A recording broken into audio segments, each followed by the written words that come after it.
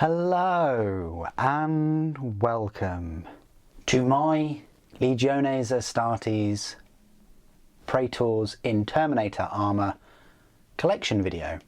Much in the same vein as the recently released Praetor collection video, I thought now was a good time to release this collection update. So this is currently all of my Legion specific Terminator Praetors in Terminator Armour, both in Cataphracti and Tartarus. Now there is one missing, and that is the Sons of Horus Praetor in Cataphracti Terminator Armour. He's definitely on my list to pick up soon. And also, we haven't had any Praetors released for Raven Guard, and at present I'm not really proxying any as a Praetor, but I would like to see the Raven Guard one in Tartarus Armour, and of course the Raven Guard Praetor himself in Mark 6. It's simply a coincidence that these 6 Praetors in my collection equal to the same amount as the 7 standard Praetors. So this is another £180 worth of Praetors. So that's £360 of just Space Marine Praetors, and that's not even including any of the other Praetors in resin or plastic that I own, such as the Praetor with the Thunderhammer and the Combi Volkite, or the traitorous Chaos Terminator Sorcerer, or Diabolist, as I'd like to call him. It also doesn't include the Praetor in Cataphracti Armour in the Praetor set, right here, with the Volkite weapon and the Power Sword, nor does it include the Praetor in Tartarus Armour with this Power Glaive, I don't want to call it. He'd look great in a White Scars force. I've kind of put them in size order, but you'll see straight away that the size discrepancies between them aren't as significant as the standard Praetors. There's still a significant size difference between the leader of the pack, in this case the Imperial Fists Praetor in supposedly Tartarus Armour, and the Dark Angels Praetor in Cataphracti.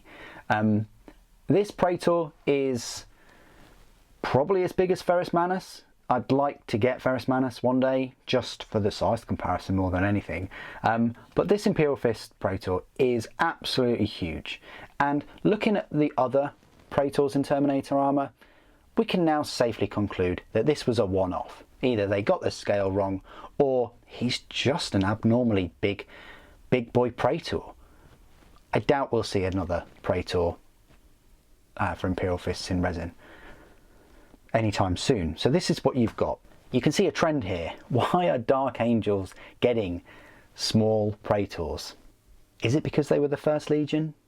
The first Legion of Space Marines?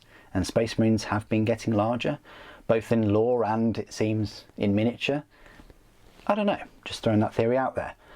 I'm not asking anyone to prepare their violins for me complaining that Dark Angels have small miniatures. It's just an interesting point about the size between both of them. Looking at the other Praetors as well, the Death Guard and the Emperor's Children, they're both very similar, and it's nice to see the Emperor's Children being so large in Tartarus Armour. One could actually say that this Emperor's Children Praetor should be there in my lineup. Both the Word Bearers and the Ultramarines, who is looking a little bit yellow, I have to say, it's another little warning to keep it out of the sun, they're very similar in height. Where the Word Bearers has the Tartarus, which I'm fine with, because that suits my Mark IVs, and the Ultramarines has the Cataphracti, which again isn't too bad, but I would have preferred him in the Tartarus. The prices for these range just as much as the standard Praetors. So some of these Praetors, which includes one of the newest at £28.50, we've also got the Word Bearers, the biggest Praetor out of these at £28.50, are all there. So we have the newest, the Word Bearers came out over a year ago, and the Imperial Fist came out later still, But the very newest Legion Praetor, the Death Guard, is the next price point, £2.50 more, which is the same difference in price point with the normal Praetors. That is £31. So is the Ultramarines. So would be the Sons of Horus. So is the Ultramarines, and so is the Dark Angels. So again, is price point reflective of detail? Because I would argue that the Wordbearer's Praetor has the most detail, followed closely by the Death Guard and maybe even the Emperor's Children, and even the largest Praetor are all the cheapest, whereas the back three, the smaller ones, are more expensive. And it's very surprising that the Dark Angels Praetor is also one of the most expensive. Now, some people may say, yeah, but Super, they've had price increases and a few of the Praetors haven't yet had their price increase. Well, what I say to that is the Emperor's Children Praetor, and likewise the Emperor's Children in the Standard Praetor collection, are two of the newest Praetors, second only to those Death Guard ones.